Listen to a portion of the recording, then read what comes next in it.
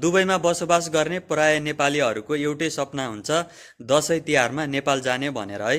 तर अब दसैँ तिहारमा भने एयरलाइन्सका टिकटहरू धेरै महँगा भइदिन्छन्। 2-3 महिनाको काम गरेको स्यालेरीले त पुग्दैन, त्यति महँगा भइदिन्छन् एयरलाइन्सका टिकटहरू है।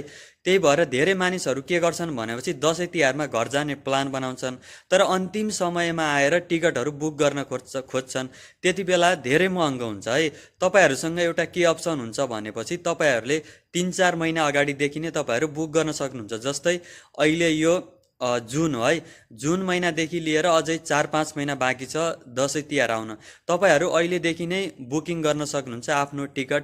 अहिलेबाट बुक गर्दाखेरि तपाईँहरूलाई धेरै सस्तो पर्छ। धेरै मानिसहरू अन्तिम समयमा आएर टिकट खोज्छन् है, त्यति बेला भनेको धेरै महँगै हुने हो।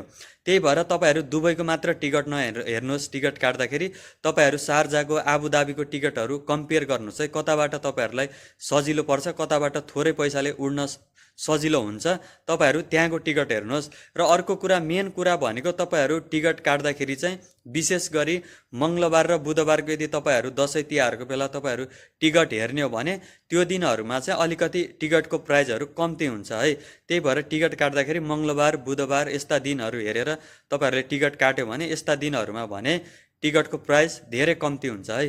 त्यही भएर यदि तपाईँहरू अब यो दसैँ तिहारमा नेपाल जाने सोच बनाएको छ भने चाहिँ तपाईँहरू अहिलेबाट नै आफ्नो टिकटहरू बुक गर्न सक्नुहुन्छ सस्तोमा है।